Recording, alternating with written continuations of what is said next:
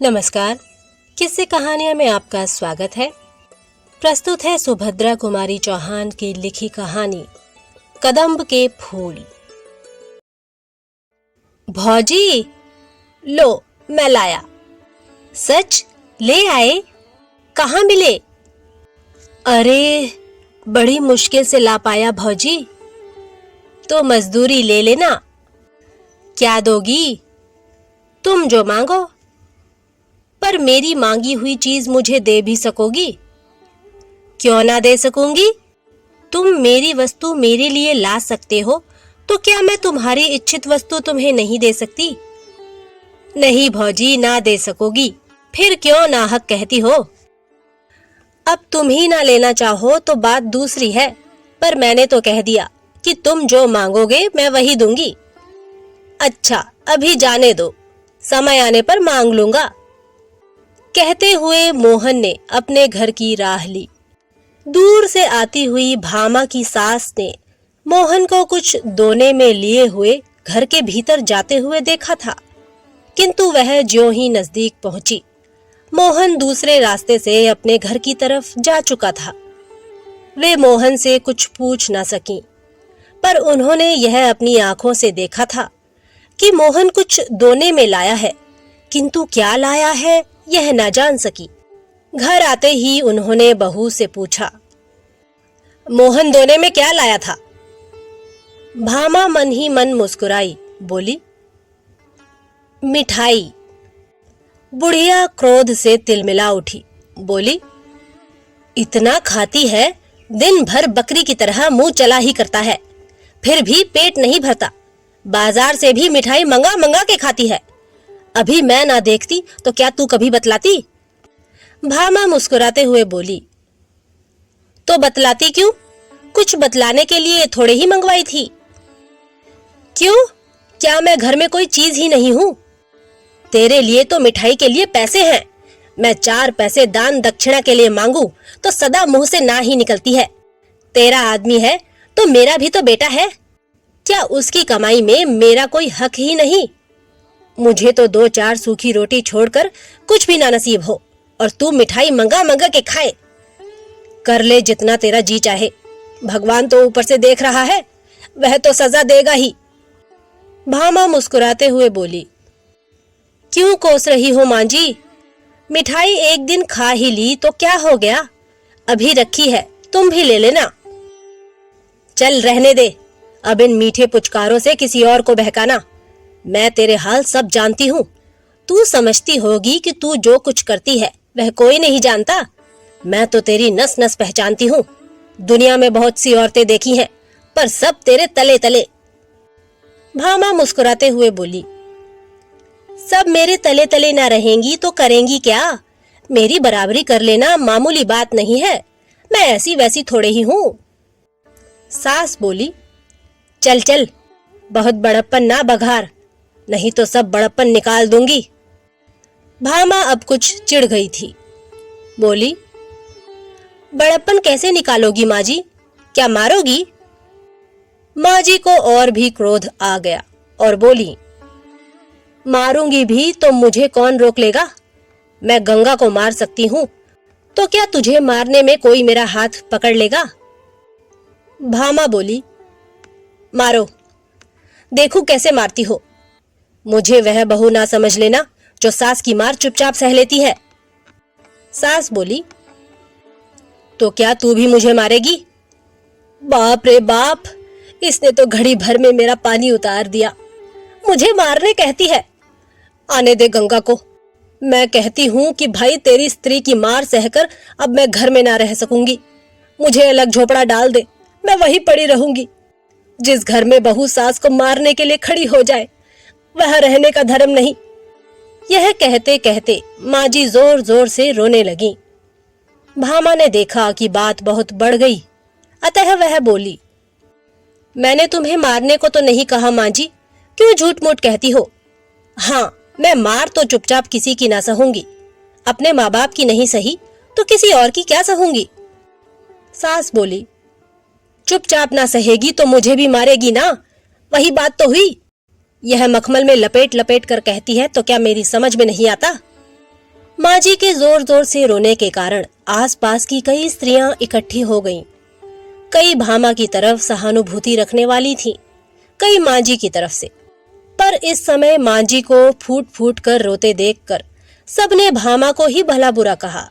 सब माँ जी को घेर कर बैठ गईं। भामा अपराधिनी की तरह घर के भीतर चली गई। भामा ने सुना माँ जी आसपास बैठी हुई स्त्रियों से कह रही थी, आप तो दोना भर भर मिठाई मंगा मंगा कर खाती है, और मैंने कभी अपने लिए पैसे धेले की चीज के लिए भी कहा तो फौरन ही टका सा जवाब दे देती है, कहती है पैसा ही नहीं है। इसके नाम से पैसे आ जाते हैं, मेरे नाम से कंगाली छा जाती है। किसी भी चीज के लिए तरस तरस के मांग मांग के जीभ घिस जाती है, तब जी में आया तो ला दिया, नहीं तो कुत्ते की तरह भूखा करो। यह मेरा इस घर में हाल है। आज भी दोना भर मिठाई मंगवाई है, मैंने जरा ही पूछा तो मारने के लिए खड़ी हो गई। कहती है मेरे आदमी की कमाई है, खाती हूँ, किसी के बाप की खाती हूँ क्या? उसका आदमी है तो मेरा भी तो बेटा है, उसका 12 आने का हक है तो मेरा 4 आने तो होगा ही।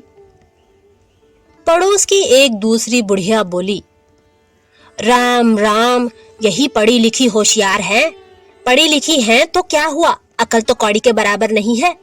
तुमने भी 9 महीने पेट में रखा बहन, तुम्हारा तो 16 आने हक है। बहू को बेटा माँ के लिए लौंडी बना कर लाता है, वह तुम्हारे पैर दबाने और तुम्हारी सेवा करने के लिए है। हमारा नंदन तो जब तक बहू मेरे पैर नहीं दबा लेती उसे अपनी कोठरी के अंदर ही नहीं आने देता।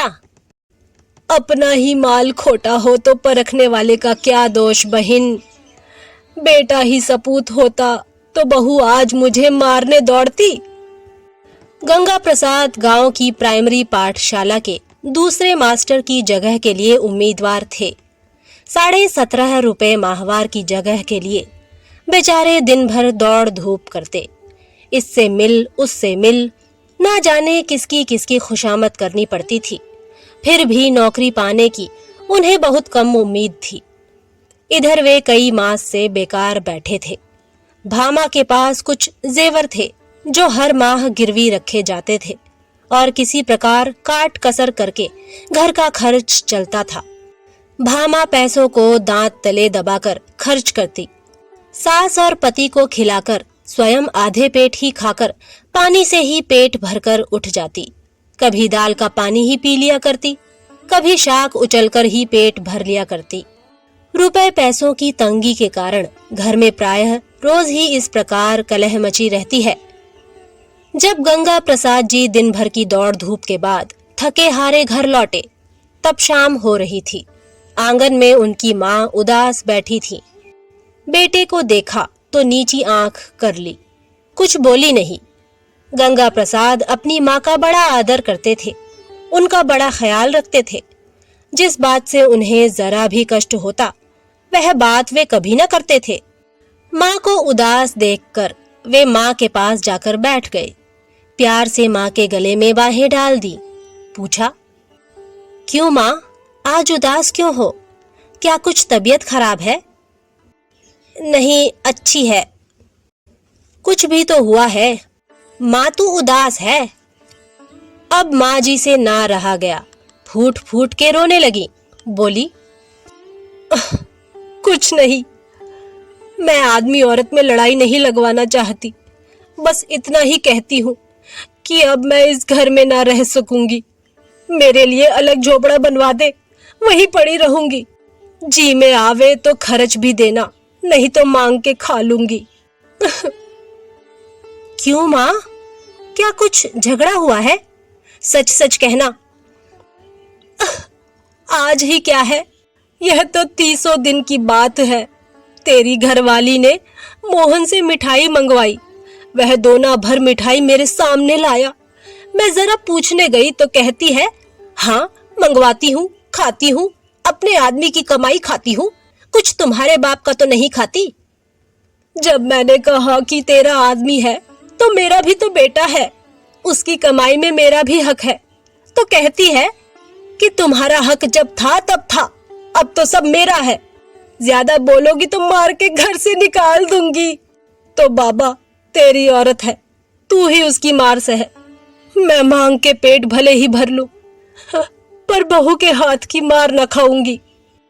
गंगा प्रसाद अब ना सह सके, बोले, बहू तुझे मारेगी मां? मैं ही ना उसके हाथ पैर तोड़कर डाल दूंगा। कहते हुए वे हाथ की लकड़ी उठाकर बड़े गुस्से से भीतर गए। भामा को डांटकर पूछा, क्या मंगाया था तुमने मोहन से? गंगा प्रसाद के इस प्रश्न के उत्तर में कदम्ब के फूल थे भैया, कहते हुए मोहन ने घर में प्रवेश किया। तब तक भामा ने दोना उठाकर गंगा प्रसाद के सामने रख दिया था। दोने में 8-10 पीले पीले गोल गोल बेसन के लड्डुओं की तरह कदम्ब के फूलों को देखकर गंगा प्रसाद को हंसी आ गई। मोहन ने दोने में से एक फूल उठाकर कहा, कितना सुंदर है यह फूल भौजी। तो दोस्तों, यह थी सुभद्रा कुमारी चौहान की लिखी कहानी कदम्ब के फूल। अगली बार फिर एक नई कहानी के साथ आपसे मुलाकात होगी। तब तक के लिए नमस्कार।